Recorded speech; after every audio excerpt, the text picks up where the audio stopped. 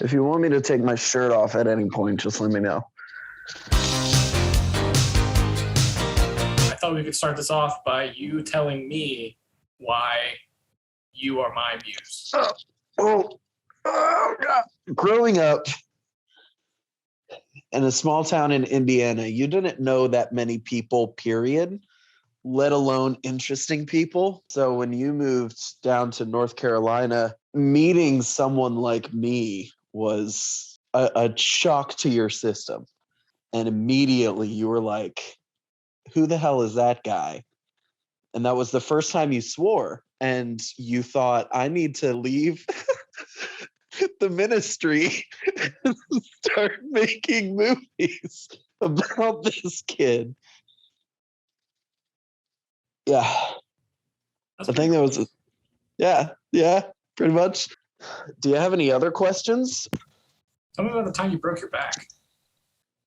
Yeah, so my broke back story, I was either 19 or 20. So this was, God, 5 or 6 years ago.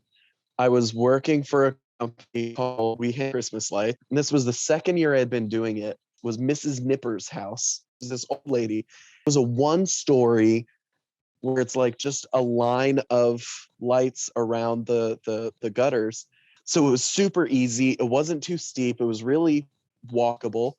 Just set up a ladder, climb up there, put on the lights, you're done. But this was like the last thing I did that day. And so it was getting kind of late. It was maybe 8:30. And you know, this during wintertime, so it was already well dark by then. I'm on the roof, make sure I like have the right amount of lights. I'm stretching them out and I'm walking backwards. And I thought to myself at one point, how long is this? And I walked backwards off the roof and fell 15 feet and landed on a gardening timber. And the thing, I should know this, if you ever get a back injury or see someone who got a spinal injury, don't move. Like, rule number 1, I'm crawling around like a friggin' worm in the rain. And so I call an ambulance and they come and pick me up. But then the second thing I did was take a selfie and post it on Facebook. Thankfully, didn't need surgery, but I had to wear a back brace for like 3 months, I think. And I got an Xbox One out of it. So I'd say I came out on top. I want to talk a little bit about our work together. Our art? Yes, our Yeah, it wasn't the best thing we made, but it was my favorite thing that we made. Going to a graveyard. A graveyard. To see my dad. To see my dad. I'll talk to you later. To a graveyard. You were just kind of like, oh shit, I have this assignment I need to turn in tomorrow. What can we do? And we just came up with something in like 15 minutes and started driving around. That was a blast. Whenever I go through that roundabout, I think of you every single time I drive through that roundabout.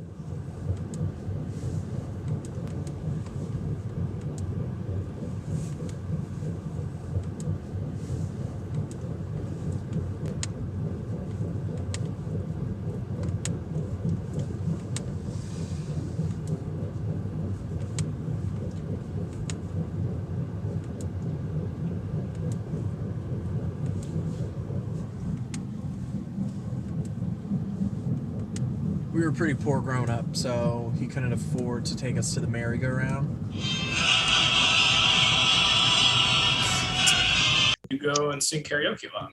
Yeah, I honestly, I've thought about it because people have asked me why I like doing karaoke so much. And I don't know, I think because I like to sing songs that I don't look like I could sing.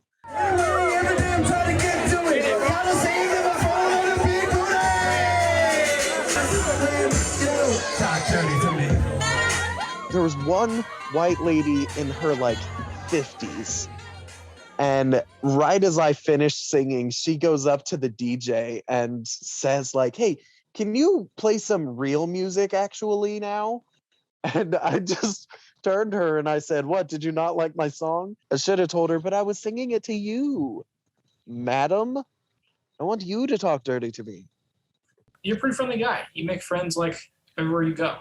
I've been known to make friends, yeah. Why do you think that is? Oh God. What are you, my therapist? God, I don't know, Doc. I've always tried to internalize the quote, God gave us 2 ears and 1 mouth for a reason, because we should listen twice as much as we talk. And so I like to ask people a lot of questions, and people like talking about themselves for the most part. And so I think that's a quality that people are just kind of attracted to. So if you make them laugh and then make them talk about about themselves, then, it's a shoo-in. You never asked me about myself. I don't care about yourself. All right. I'm going to go watch Terminator 2. Ow!